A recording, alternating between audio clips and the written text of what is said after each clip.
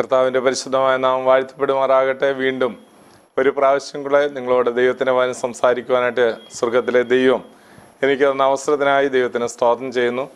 എന്നെ ശ്രദ്ധിച്ചുകൊണ്ടിരിക്കുന്ന എല്ലാ സ്നേഹിതർക്കും യേശുവിൻ നാമത്തിലുള്ള സ്നേഹവന്ദനങ്ങൾ അറിയിക്കുന്നു. നമ്മൾ തുടർച്ചയായിട്ട് ദൈവസഭയെക്കുറിച്ച് ചിന്തിക്കുകയായിരുന്നു. ദൈവസഭ ആട് എന്നുള്ള വിഷയമാണ് നമ്മൾ ഈ നാളുകൾ ധ്യാനിച്ചുകൊണ്ടിരിക്കുന്നത്. ധാരാളം ആടിൻ്റെ പ്രത്യേകതകളെക്കുറിച്ച് നമ്മൾ ചിന്തിക്കുമ്പോൾ വിശ്വാസ ജീവിതത്തിൽ നമ്മൾ ഓരോരുത്തരും എങ്ങനെ ആയിരിക്കണം എന്നുള്ളതിനെ സംബന്ധിച്ച് നമ്മൾ ചിന്തിക്കുകയായിരുന്നു. ഒരു ഇടയൻ്റെ കീഴിൽ ഒരാട് എങ്ങനെ ജീവിക്കുന്നു, അതുപോലെ തന്നെ ഒരു വിശ്വാസിയും ഒരു ഇടയൻ്റെ കീഴിൽ നല്ല ഇടയനാകുന്ന, ശ്രേഷ്ഠ ഇടയനാകുന്ന, വലിയ ഇടയനാകുന്ന യേശുവിൻ്റെ കൂടെയുള്ള ജീവിതം അതെത്രയോ അനുഗ്രഹിക്കപ്പെട്ടതാണ്, ധന്യമായ കാര്യമാണ്. അതുകൊണ്ട് ഈ നാളുകളിൽ ആടുകളെക്കുറിച്ച് കേൾക്കുന്ന ഓരോ കാര്യങ്ങളും നമ്മുടെ ജീവിതത്തിൽ പ്രാബല്യമാക്കുവാനായിട്ട് ദൈവം നമ്മെ സഹായിക്കട്ടെ. നമ്മൾ ആടുകളെക്കുറിച്ച് കഴിഞ്ഞ പ്രാവശ്യം ചിന്തിച്ചപ്പോൾ ഓർത്ത വിഷയം നിങ്ങൾക്ക് ഒരുപക്ഷെ ഇപ്പോൾ നിങ്ങളുടെ ഓർമ്മയിലുണ്ടായിരിക്കും. ദൈവവചനത്തിൽ വെളിപ്പെടുത്തി തന്നിരിക്കുന്ന വലിയ ഒരു നിഴലും പൊരുളും നമ്മളെ ചിന്തിക്കുകയുണ്ടായി. ആട്ടിൻ്റെ കൊമ്പെടുക്കുകയാണെങ്കിൽ മാത്രമേ കാഹളം ലഭിക്കുകയുള്ളൂ എന്ന് നമ്മൾ ചിന്തിക്കുകയുണ്ടായി. നമ്മൾ പഴയ നിയമത്തിൽ അടിപ്പ് പണിയായി 2 കാഹളങ്ങൾ ഉണ്ടാക്കുവാനായിട്ട് ദൈവം കൽപ്പന കൊടുത്തിരുന്നു. എന്നാൽ നമ്മൾ അതിനോടനുബന്ധിച്ച് ഇസ്രായേൽ മക്കളുടെ യാത്രയുടെ ഇടയിൽ ദൈവം അവരോട് പറഞ്ഞത്, ഇങ്ങനെയുള്ള അടിപ്പ് പണിയായി ഉണ്ടാക്കിയിരിക്കുന്ന വെള്ളി കാഹളങ്ങളല്ല ഇവിടെ എരിഹോ കോട്ട ഇടിക്കുവാനായിട്ട് ദൈവം ഉപയോഗിച്ചത് എന്നുള്ളത് ശ്രദ്ധേയമായ കാര്യമാണ്. ആട്ടിൻ്റെ കൊമ്പിൻ്റെ കാഹളം പുരോഹിതന്മാർ നീട്ടി ഊരിയപ്പോഴാണ് കോട്ട ഇടിയുവാൻ ഇടയായിത്തീർന്നത്. ഇതുപോലെ നമ്മൾ ആത്മാവിൽ നമുക്ക് ലഭിക്കുന്ന ഒരു കാര്യമാണ് കൊമ്പ് എന്ന് നമ്മൾ ചിന്തിക്കുകയുണ്ടായി. യേശുക്രിസ്തുവാകുന്ന കുഞ്ഞാട് മരിച്ചതിന്റെ ഫലമായി നമ്മുടെ കരങ്ങൾ കെട്ടിയിരിക്കുന്ന കാഹളം, അത് ആട്ടിൻ കൊമ്പിന്റെ കാഹളമാകുന്ന സുവിശേഷത്തിന്റെ കാഹളമാണ്. ആത്മാവിൽ നമ്മൾ ഊതിയാൽ നിശ്ചയമായും കോട്ടകൾ ഇടിയും എന്ന് നമ്മളെ ചിന്തിക്കുകയുണ്ടായി. നമ്മൾ അടുത്തതായിട്ട് നമ്മളെ ചിന്തിക്കുന്നത് ആടുകളുടെ മറ്റൊരു പ്രത്യേകത, അതിന് തോലുകൾ അത് വളരെ പ്രയോജനപ്രദമായിട്ടുള്ള ഒരു വസ്തുവായിട്ട് നമുക്ക് പഠിക്കുവാൻ കഴിയും. നാം ദൈവവചനം വായിക്കുമ്പോൾ പുറപ്പാട് പുസ്തകം 26-ാം അധ്യായത്തിൽ അതിനെക്കുറിച്ചുള്ള ഒരു പ്രതിപാദനമുണ്ട്. 7-8 വാക്യങ്ങൾ വായിക്കുമ്പോൾ നമുക്കവിടെ കാണാൻ കഴിയുന്നു, ദൈവം മറ്റ് മൃഗങ്ങളിൽ നിന്ന് വ്യത്യസ്തമായിട്ട് മറ്റെത്രയോ മൃഗങ്ങൾ ഉണ്ടായിരിക്കുമ്പോൾ ആട്ടിൻ്റെ തോല് കൊണ്ടുവരാനായി ദൈവം പറയുകയാണ്. എന്തിനു വേണ്ടിയാണ്? ദേവാലയം ഉണ്ടാക്കുമ്പോൾ അതിൻ്റെ മൂടുവിരിയായി പ്രത്യേകിച്ച് 4 ലെയറായിട്ടാണ് അതിൻ്റെ മൂടുവിരികളെ ദൈവം ക്രമീകരിച്ചു വെച്ചിരിക്കുന്നത്. നിങ്ങൾക്കൊരു പക്ഷേ സമാഗമന കൂടാരം എന്നുള്ള വിഷയം ഞാൻ എടുത്തിട്ടുള്ള ആ വിഷയം കേട്ടുള്ളവർക്കറിയാം. അതിൻ്റെ മൂടുവിരിയായി ആദ്യത്തെ ലെയറായിട്ടുള്ളത് അത് തഹശുതോലാണ്. തഹശുതോൽ കാണാൻ വലിയ ഭംഗിയുള്ളതല്ല. ആ തഹശുതോലാണ് പുറമേ കാണുന്നത്. എന്നാൽ അതിൻ്റെ അടിയിലായിട്ട് 2 ലെയറിൽ നമുക്ക് തഹശുതോലിൻ്റെ അടിയിൽ കാണാൻ കഴിയുന്നത് ചുവപ്പിച്ച ആട്ടുകൊറ്റൻ്റെ തോലാണ് എന്ന് കാണുവാൻ കഴിയും. അപ്പോൾ അതിൻ്റെ ആ ദേവാലയത്തിൻ്റെ റൂഫിങ് എന്ന് പറയുന്നത് ഒരു വിധത്തിൽ പറഞ്ഞാൽ അനേകം ആളുകൾക്ക് തണൽ കൊടുക്കത്തക്കവണ്ണം ഒരു ചുവപ്പിച്ച ആട്ടുകൊറ്റൻ തോല് നമുക്കവിടെ കാണുവാനായിട്ട് കഴിയും. ഇതിൽ നിന്ന് നമ്മൾ ഒരു കാര്യം പഠിക്കുവാനായിട്ട് ശ്രദ്ധിക്കുവാനായിട്ട് കഴിയണം. ആ 4 ലെയർ ഇടുമ്പോൾ ആ ദേവാലയത്തിന് നല്ല ഒരു റൂഫിങ് കിട്ടുകയാണ്, നല്ലൊരു മേൽക്കൂര കിട്ടുകയാണ്. തഹശുതോലുണ്ട്, അതുപോലെ തന്നെ ചുവപ്പിച്ച ആട്ടുകൊറ്റൻ തോലുണ്ട്, അതുപോലെ തന്നെ അടുത്ത ഒരു ലെയറാണ് നമുക്ക് പല പഞ്ഞിനൂലും ചുവപ്പ് നൂലും ധൂമ്ര നൂലും ഈ നീല നൂലും ഇങ്ങനെ 4 നൂലുകൾ ചേർത്തുണ്ടാക്കിയ ഒരു മനോഹരമായിട്ടുള്ള ഒരു മൂടുവിരി നമുക്ക് കാണുവാനായിട്ട് കഴിയും. ഇവിടെ നമുക്ക് ശ്രദ്ധേയമായ കാര്യം, ചുവപ്പിച്ച ആട്ടുകൊറ്റൻ്റെ തോല് കൊണ്ട്, അങ്ങനെ തോലുകൾ കൊണ്ട് ഈ മൂടുവിരി ഉണ്ടാക്കുമ്പോൾ ധാരാളം ആളുകൾ ദേവാലയത്തിലേക്ക് വന്ന് അവർക്ക് തണൽ അനുഭവിക്കാൻ കഴിയുന്നു എന്നുള്ളതൊരു വസ്തുതയാണ്. അപ്പോൾ നമ്മൾ ഈ ദേവാലയത്തെ പുറത്ത് നിന്ന് നോക്കുമ്പോൾ വലിയ ഭംഗി കാണുകയില്ല. കാരണം അതിൻ്റെ പുറത്ത് നിന്ന് നോക്കുമ്പോൾ ഒരുമാതിരി കറുത്ത ഇരുണ്ട ഒരു വസ്തുവാണ് തഹശുതോൽ എന്ന് പറയുന്നത്. അതുകൊണ്ട് തന്നെ തഹശുതോലിനൊരു ആകർഷണമില്ല. പുറമേ കണ്ടാൽ യാതൊരു ഒരു ആകർഷണവും ഇല്ലാത്തതായിട്ടാണ് നമുക്ക് കാണാൻ കഴിയുന്നത്. അത് യേശുക്രിസ്തുവിന്റെ നിഴലായിരുന്നു നമുക്ക് പഠിക്കാൻ കഴിയും. യേശുക്രിസ്തു ജനിക്കുന്നതിന് ഏകദേശം 700 വർഷങ്ങൾക്ക് മുൻപ് പ്രവാചകൻ എഴുതി വെക്കുകയുണ്ടായി, അവനെ കണ്ടാൽ രൂപഗുണമില്ല, അവനെ കണ്ടാൽ ആഗ്രഹിക്കത്തക്ക സൗന്ദര്യമില്ല എന്ന് കർത്താവിനെ കുറിച്ച് പ്രതിപാദിക്കുകയുണ്ടായി. അത് ആശ്ചര്യമായി സത്യമായിരുന്നു താനും. അപ്പോൾ ഇവിടെ നമുക്ക് വീണ്ടും കാണാൻ കഴിയുന്നത് അതിനകത്തേക്ക് വരുന്ന ഒരു വ്യക്തിയെ സംബന്ധിച്ചിടത്തോളം അതിനുള്ളിൽ പ്രവേശിച്ചു കഴിഞ്ഞ് മേളിലോട്ട് നോക്കുമ്പോഴാണ് പിരിച്ച പഞ്ഞിനൂല് കൊണ്ടും വളരെ മനോഹരമായി നെയ്തുണ്ടാക്കിയിരിക്കുന്ന ആ മൂടുവിരി കാണുവാനായിട്ട് കഴിയുന്നത്. ദൈവത്തിന്റെ തേജസ് അകത്ത് വരുന്ന ഒരാൾക്കാണ് കാണാൻ കഴിയുന്നത്. ദൈവസഭയ്ക്ക് പുറത്ത് നിന്ന് ധാരാളം ആളുകൾ ഓരോരോ അഭിപ്രായങ്ങൾ ഇന്ന് പറഞ്ഞേക്കാം, എന്നാൽ അകത്ത് വരുമ്പോഴാണ് കാര്യങ്ങൾ മനസ്സിലാകുന്നത്. നമുക്ക് പലർക്കും ഒരു പ്രെജുഡീസ് മൈൻഡ് പലർക്കും ഉണ്ട്. ദൈവസഭ അല്ലെങ്കിൽ ആ സഭ എങ്ങനെയാണ്, ആ പാസ്റ്റർ എങ്ങനെയാണ്, ആ വിശ്വാസി ഇങ്ങനെയാണ് എന്നൊക്കെയുള്ളത് അവരെ കുറിച്ച് വേണ്ട വിധത്തിൽ അറിവില്ലാതെ നമ്മളൊക്കെ ചിലപ്പോൾ ജഡ്ജ് ചെയ്യാറുണ്ട്. എന്നാൽ അകത്ത് വന്നു കഴിയുമ്പോഴാണ് മനസ്സിലാകുന്നത് അങ്ങനെയല്ല എന്നുള്ളത് മനസ്സിലാകുന്നത്. നമുക്കൊരു 1-1.5 കിലോമീറ്റർ ദൂരെ വെച്ച് ഒരു ചന്തസ്ഥലത്തിന്റെ അകത്ത് എന്താണ് സംഭവിക്കുന്നത് നടക്കുന്നത് എന്നുള്ളതിനെ സംബന്ധിച്ചൊന്നും അറിയത്തില്ലായിരിക്കാം. ചന്തസ്ഥലത്തെ കുറിച്ച് ഒരു ദൂരെ നിന്ന് കേൾക്കുന്ന ഒരാൾ വലിയ ശബ്ദകോലാഹലങ്ങളും വലിയ ബഹളങ്ങളും ഒക്കെ മാത്രമാണ് കേൾക്കാൻ കഴിയുന്നത്, ഒന്നും വ്യക്തമല്ല. എന്നാൽ ചന്തയ്ക്ക് അകത്തേക്ക് പ്രവേശിച്ച് അതിനകത്ത് നിൽക്കുന്ന ഒരാളിനെ സംബന്ധിച്ചിടത്തോളം അദ്ദേഹത്തിന് ഒന്നും അവിടെ നടക്കുന്ന ബഹളങ്ങളെ കുറിച്ചൊന്നും അദ്ദേഹം ബോധർ ചെയ്യുന്നില്ല. കാരണം അവിടെ വാങ്ങുന്നു, വിൽക്കുന്നു, സംസാരങ്ങൾ അങ്ങോട്ടും ഇങ്ങോട്ടും സംസാരിക്കുന്നു, അങ്ങനെയൊക്കെയുള്ള കാര്യങ്ങളാണ് അവിടെ നടക്കുന്നത്. എന്നാൽ ദൂരെയുള്ള ഒരാളിനെ സംബന്ധിച്ചിടത്തോളം വലിയ കോലാഹലങ്ങൾ ഒന്നും തിരിച്ചറിയാൻ കഴിയാത്ത നിലയിലാണ് ദൂരെ നിൽക്കുന്നയാളിന് മനസ്സിലാകുന്നത്. ഇതുപോലെ ദൈവസഭയെ സംബന്ധിച്ചിടത്തോളം അടുത്ത് വന്ന് അകത്ത് വന്നെങ്കിൽ മാത്രമേ കാര്യങ്ങൾ നമുക്ക് മനസ്സിലാക്കാൻ കഴിയുള്ളൂ. ഇതുപോലെ നമ്മൾ ഇവിടെ ശ്രദ്ധിക്കുമ്പോൾ അകത്ത് വരുമ്പോഴാണ് മനസ്സിലാകുന്നത് ചില ആടുകൾ മരിച്ചതിന്റെ ഫലമായി ചില തോലുകൾ ലഭിച്ചതുകൊണ്ടാണ് നമുക്ക് ഈ തണൽ ലഭ്യമായിരിക്കുന്നത്. ഇതിൽ നിന്ന് നമ്മൾ ഒരു കാര്യം മനസ്സിലാക്കുക.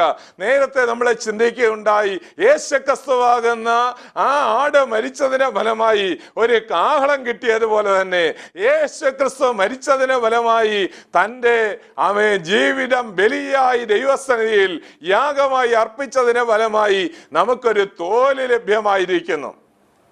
തോല് കൊണ്ട് വലിയ പ്രയോജനമാണുള്ളത്. നമ്മൾ നേരത്തെ ഉള്ള കാര്യങ്ങൾ ചിന്തിച്ചാൽ മനസ്സിലാകും. അഥവാ ദൈവത്തിൽ നിന്ന് കൂട്ടായ്മ നഷ്ടപ്പെട്ടു പോയ ഒരു മനുഷ്യനെ സംബന്ധിച്ചിടത്തോളം ആദ്യം ദൈവം ചെയ്ത ഒരു കാര്യമുണ്ട്. ഒരു ആടിനെ കൊന്ന് അതിൻ്റെ ആ ഒരു മൃഗത്തെ കൊന്നുവെന്നാണ് അവിടെ പ്രതിപാദിച്ചിരിക്കുന്നതെങ്കിലും നമ്മൾ വെളിപ്പാട് പുസ്തകം 14-ാം അധ്യായത്തിൽ വരുമ്പോഴേക്കാണ് നമുക്ക് കാണാൻ കഴിയുന്നത് അവിടെ അറുക്കപ്പെട്ടത് ഒരു കുഞ്ഞാടായിരുന്നു. ലോക സ്ഥാപനം മുതൽ അറുക്കപ്പെട്ട കുഞ്ഞാടിന്റെ ജീവപുസ്തകം എന്ന് അവിടെ എഴുതി.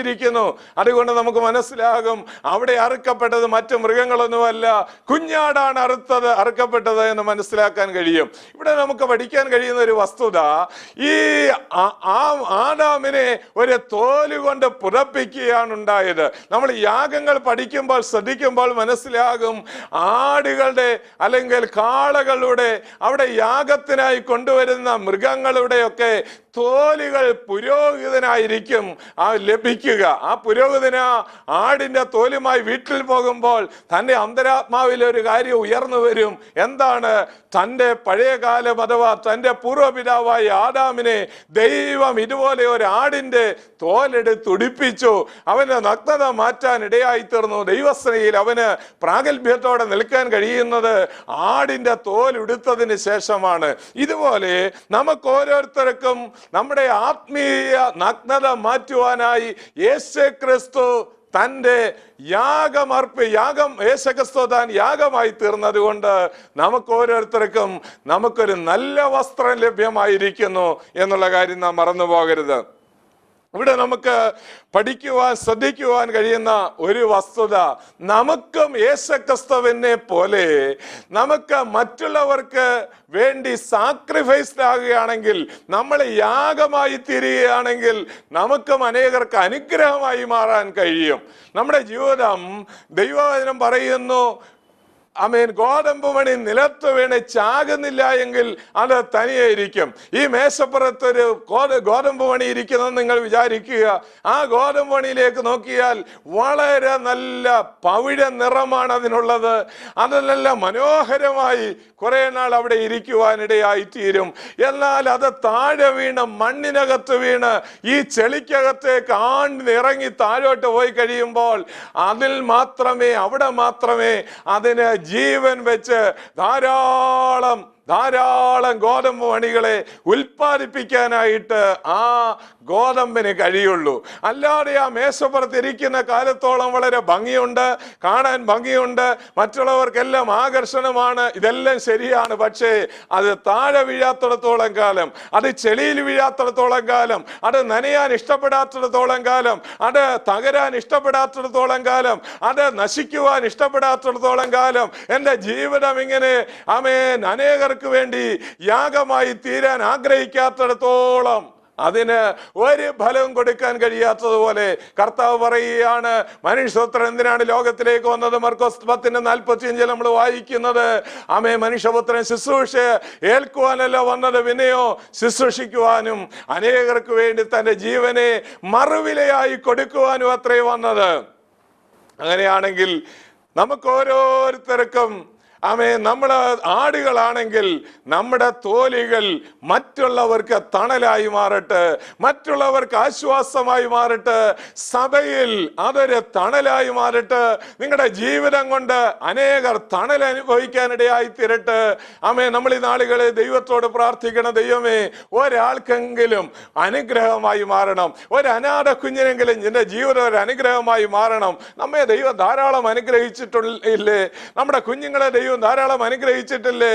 സമ്പത്തുകൾ വളരെയധികം ദൈവം ദാനമായി തന്നിരിക്കുമ്പോൾ അതൊക്കെ മറ്റുള്ളവർക്ക് ഒരു അനുഗ്രഹമായി മാറുവാൻ ഏതെങ്കിലും ഒരു ദൈവദാസനോ ഒരു ദൈവദാസിയോ വിശന്ന് വലഞ്ഞാൽ, അവരുടെ കുഞ്ഞുങ്ങൾ പട്ടിണി അനുഭവിച്ചാൽ, അവരുടെ വസ്ത്രമില്ലാതെ ഇരുന്നാൽ ആരാണ് അതിന്റെ ഉത്തരവാദി? മറ്റാരുമല്ല, നമ്മളൊക്കെ തന്നെയാണ്. അതുകൊണ്ട് നമ്മൾ ഓർക്കേണ്ടത്, നമ്മുടെ സഭയിൽ വരുന്ന ഒരു പാവപ്പെട്ടയാള് അവന്റെ കുഞ്ഞിന്റെ ഫീസ് കൊടുക്കാൻ വളരെ നിവർത്തിയില്ലാതെ ഭാരപ്പെടുമ്പോൾ ആരാണ് അതിന്റെ ഉത്തരവാദി? നമ്മൾ ഓരോരുത്തരുമാണ്.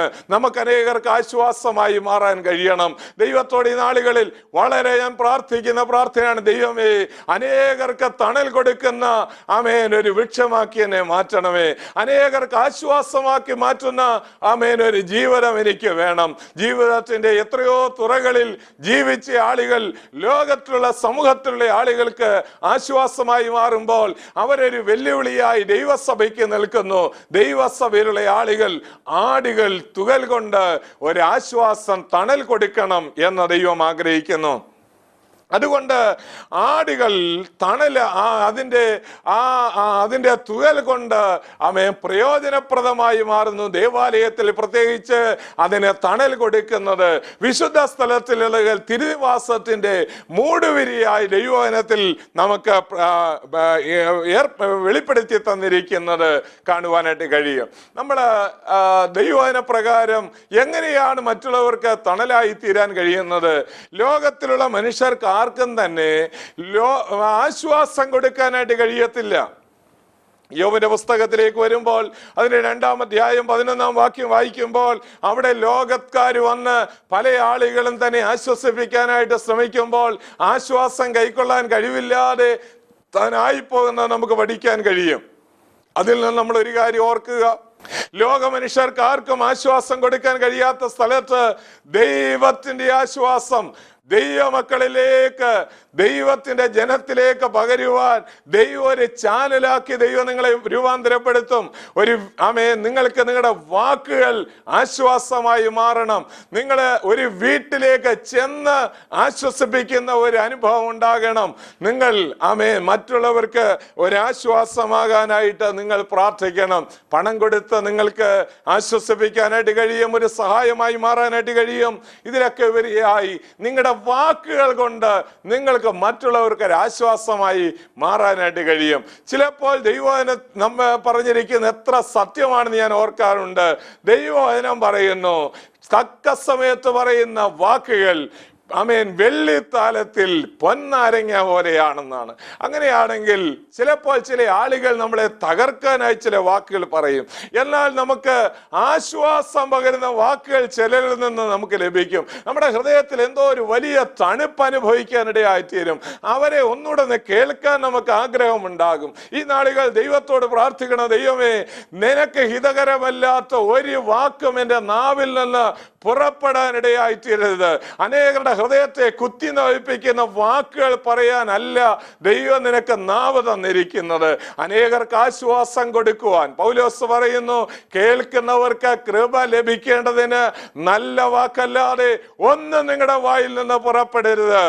നമ്മുടെ വായിൽ നിന്ന് നല്ല വാക്കുകൾ പുറപ്പെടാം, ആശ്വസിപ്പിക്കുന്ന വാക്കുകൾ പുറപ്പെടാം, സ്നേഹത്തിന്റെ വാക്കുകൾ നിങ്ങളുടെ ഹൃദയത്തിൽ നിന്ന് ഉയർന്നു വരുന്നെങ്കിൽ അത് നാവിലൂടെ വെളിയിലേക്ക് വരും.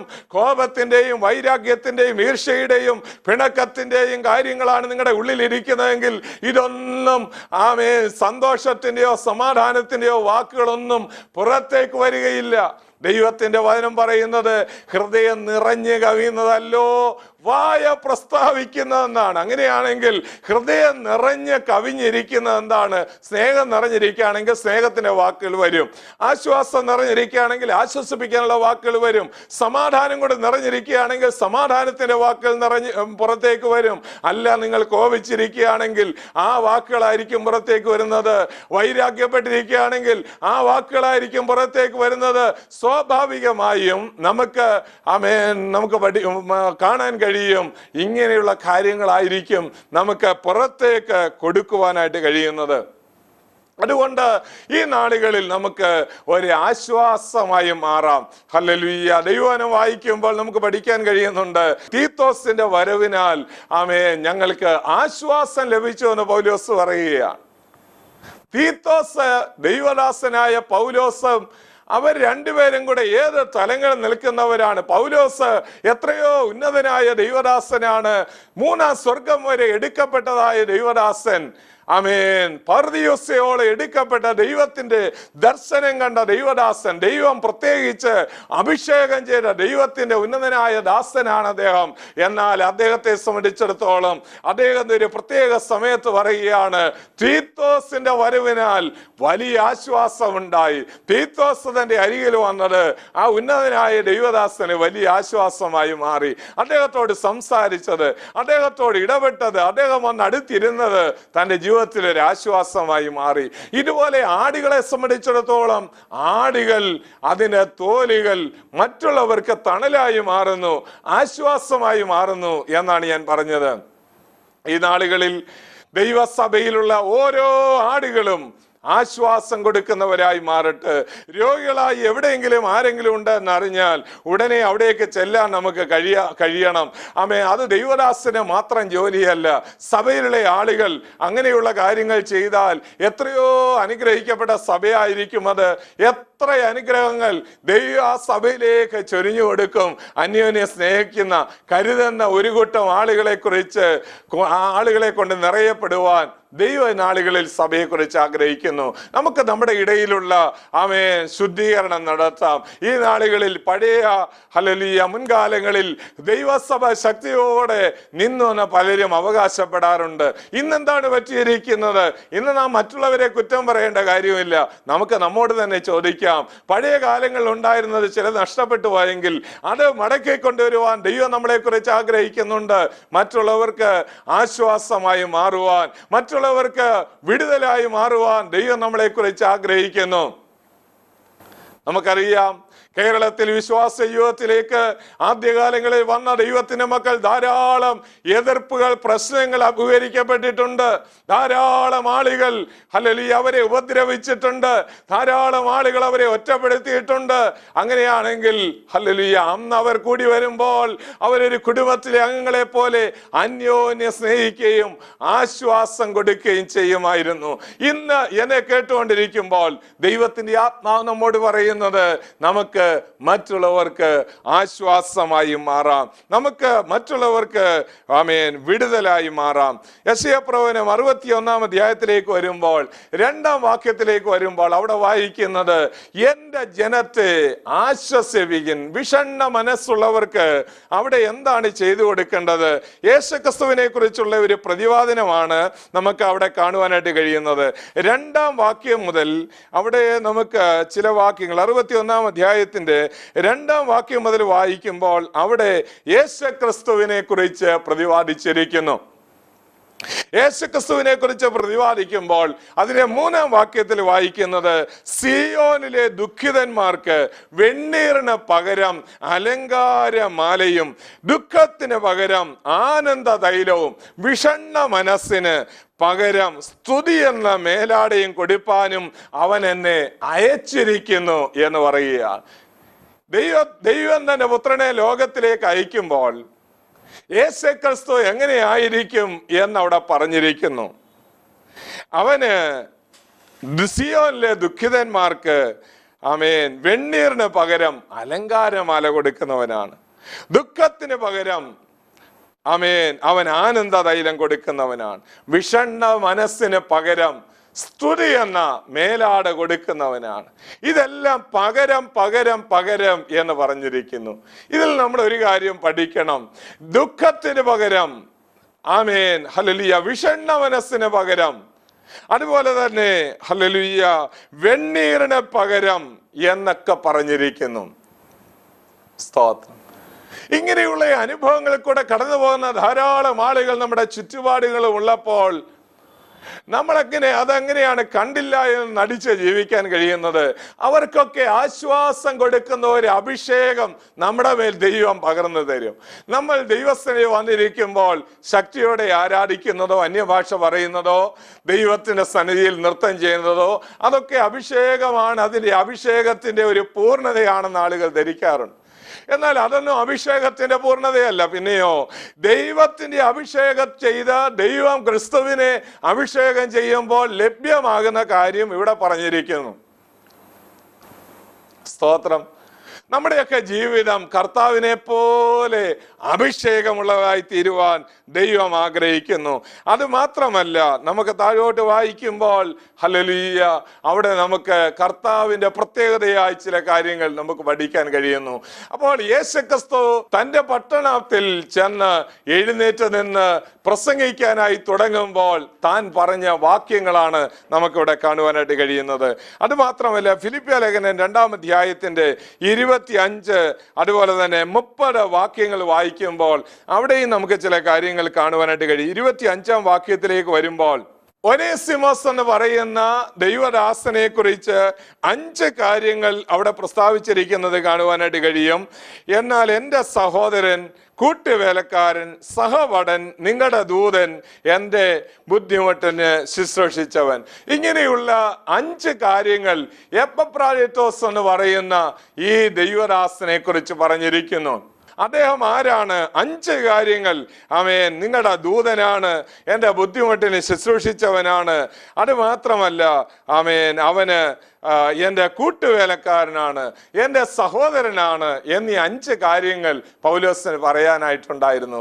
ആ ദൈവദാസന്റെ ഹൃദയത്തിൽ എത്രമാത്രം അവനെ കുറിച്ച് പറയുവാനായിട്ടുണ്ടായിരുന്നു.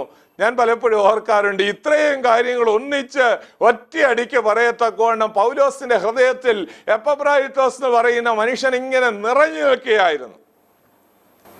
ദൈവസഭയിൽ ജീവിക്കുന്ന ദൈവത്തിന്റെ പൈതലേ, നിന്നെക്കുറിച്ച് ആരെങ്കിലും ഇതുപോലുള്ള ഒരു സാക്ഷ്യം പറയുമോ?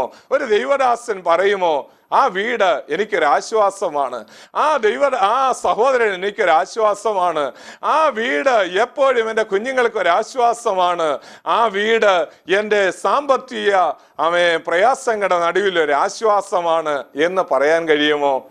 നമുക്ക് ഈ നാളുകളിൽ അതിനായിട്ട് ഒരുങ്ങാം. ദൈവത്തിന്റെ ആത്മാവ് നിങ്ങളെ അതിനായി സഹായിക്കും. 30-ാം വാക്യത്തിലേക്ക് വരുമ്പോൾ അവിടെ വായിക്കുന്നത്, എനിക്ക് വേണ്ടിയുള്ള നിങ്ങളുടെ ശുശ്രൂഷയുടെ കുറവ് തീർക്കാനല്ലോ അവൻ തൻ്റെ പ്രാണനെ പോലും കരുതാതെ ക്രിസ്തുവിന്റെ വേല നിമിത്തം മരണത്തോളമായി പോയത്. ക്രിസ്തുവിന്റെ വേല നിമിത്തം എപ്പഫ്രാദിത്തോസ് പൗലോസിനെയൊക്കെ ശുശ്രൂഷിച്ച് തൻ്റെ ശരീരത്തിന്റെ ആരോഗ്യം നോക്കാതെ താനിങ്ങനെ ഓടി അധ്വാനിച്ച് തൻ്റെ പ്രാണനെ പോലും ഗണ്യമാക്കാതെ താനിങ്ങനെ ഓടി അധ്വാനിച്ച് അവസാനം മരണത്തോളം രോഗിയായി മാറി. അത്രമാത്രം താന് ക്ഷീണിതനായി മാറി. എങ്കിലും ആ ദൈവദാസനെ കുറിച്ച് പൗലോസ് എന്ന് പറയുന്ന ഉന്നതനായ ദൈവദാസന് ചില കാര്യങ്ങൾ പറയുവാനുണ്ടായിരുന്നു. 4-ാം അധ്യായത്തിലേക്ക് വരുമ്പോൾ അതിൻ്റെ 16-ാം വാക്യത്തിൽ പൗലോസ് തൻ്റെ ഒരു അനുഭവം പറയുകയാണ്. തെസ്സലോനിക്കയിൽ, ഞാൻ ആ വാക്യം ഒന്ന് വായിക്കട്ടെ. തെസ്സലോനിക്കയിലും എന്റെ ബുദ്ധിമുട്ട് തീർക്കുവാൻ നിങ്ങൾ 1-2 വട്ടം അയച്ചു തന്നുവല്ലോ. ഞാൻ ദാനം ആഗ്രഹിക്കുന്നൊന്നല്ല, നിങ്ങളുടെ കണക്കിലേക്ക് ഏറുന്ന ഫലമത്രേ ആഗ്രഹിക്കുന്നത്. ഇപ്പോൾ എനിക്ക് വേണ്ടുന്നത് എല്ലാം ഉണ്ട് എന്ന പൗലോസ് ഒരു സഭയോട്, ഫിലിപ്പിയ സഭയോട് ആ ലേഖനം എഴുതി അവസാനിപ്പിക്കാൻ നേരം ദൈവദാസൻ പറയുകയാണ്, നിങ്ങൾ എനിക്കൊരാശ്വാസമായി മാറി. നിങ്ങൾ 1-2 വട്ടം തെസ്സലോനിക്ക സഭയിലേക്ക് പണം അയച്ചു തന്നു. അത് ഞങ്ങൾക്ക് വലിയൊരു ആശ്വാസമായി, ആ സഭയ്ക്കൊരാശ്വാസമായി, അതൊരു വലിയ അനുഗ്രഹമായി മാറി. നമ്മളെക്കുറിച്ച് ആരെങ്കിലും ഒരാൾ പറയുവാനിടയായി തീരട്ടെ. സ്വർഗത്തിൽ ചെല്ലുമ്പോൾ നിങ്ങൾ എത്ര നല്ല വസ്ത്രം ധരിച്ചു എന്നല്ല ചോദിക്കുന്നത്. സ്വർഗത്തിൽ ചെല്ലുമ്പോൾ നിങ്ങൾ ഭൂമിയിൽ എത്ര നല്ല ഭക്ഷണമായിരുന്നു കഴിച്ചു എന്ന് ദൈവം ചോദിക്കുകയില്ല. നിങ്ങളുടെ കുഞ്ഞുങ്ങൾക്ക് ഏറ്റവും നല്ല വസ്ത്രവും ഏറ്റവും നല്ല ഭക്ഷണവും വാങ്ങിക്കൊടുത്തോന്ന് ദൈവം ചോദിക്കുകയില്ല. പിന്നെയോ നിത്യതയിൽ ചെല്ലുമ്പോൾ കണക്ക് ചോദിക്കുന്ന നാളിൽ നമ്മൾ അവൻ്റെ മുമ്പിൽ അവനവൻ കണക്ക് ബോധിപ്പിക്കേണ്ടി വരും. നമുക്ക് ആടുകളുടെ തോലുകൾ കൊണ്ട് തണലായതുപോലെ അനേകർക്ക് തണലാകാം. അങ്ങനെ നിങ്ങൾ ആഗ്രഹിക്കുന്നെങ്കിൽ ദൈവത്തോട് ഇന്ന് പ്രാർത്ഥിക്കുമോ? ദൈവം യാദർശികമായി നിങ്ങളെ കേൾപ്പിച്ച ശബ്ദമല്ല, ദൈവാത്മാവ് നിങ്ങളോട് സംസാരിച്ചെങ്കിൽ നിങ്ങൾ ശാന്തമായി മൗനമായി ദൈവത്തോട് പറഞ്ഞാട്ടെ, കർത്താവേ, എനിക്ക് അനേകർക്ക് ഒരാശ്വാസമായി മാറണമെന്ന് ആഗ്രഹമുണ്ട്, അവിടുന്ന് തന്നെ അതിനായി സഹായിക്കണമെന്ന് പ്രാർത്ഥിക്കാം. ദൈവം ഈ വചനങ്ങളാൽ നിങ്ങളെ ഓരോരുത്തരെ സഹായിക്കട്ടെ. വീണ്ടും നമുക്ക് കണ്ടുമുട്ടാം.